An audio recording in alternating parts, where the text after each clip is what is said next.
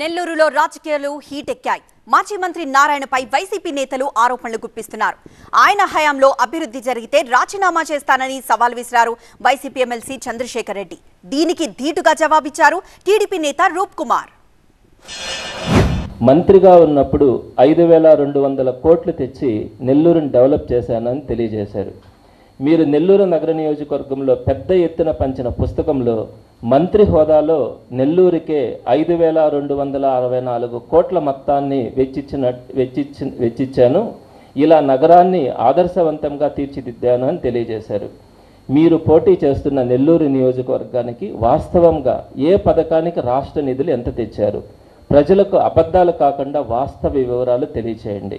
మీరు నెల్లూరు ప్రజలకు చెప్పిన ఈ మాటలు వాస్తవానికి కొంత దగ్గరగా ఉన్నా సరే నేను చెప్పింది పొరపాటు అని భావించి నా ఎమ్మెల్సీ పదవికి రాజీనామా చేస్తానని తెలియజేస్తున్నాను.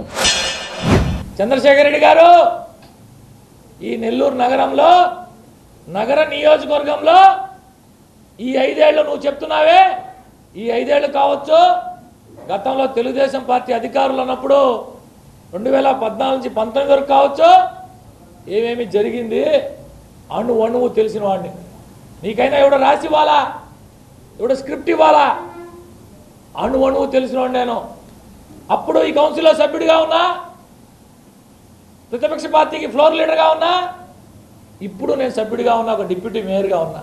కార్పొరేషన్ నగర నియోజకవర్గం మొత్తం కార్పొరేషన్ పరిధిలోనే ఉంటుంది.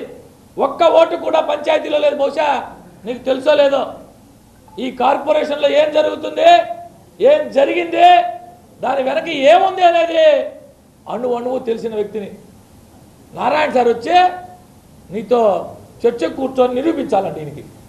ఈయనకి నిరూపిస్తే ఈయన రాజీనామా ఇస్తా అంట. ఆత్మ పరిశీలన చేసుకో ఒక్కసారి. జగనన్న పుణ్యమా అంట. ఏ రోజు జెండా మోయకపోయినా కేవలం 25,000 టీచర్స్ ఎమ్మెల్సీలో దాంట్లో కూడా సగం పైన దొంగోట్లు చేర్చుకొని నువ్వు ఎమ్మెల్సీ అయ్యావు.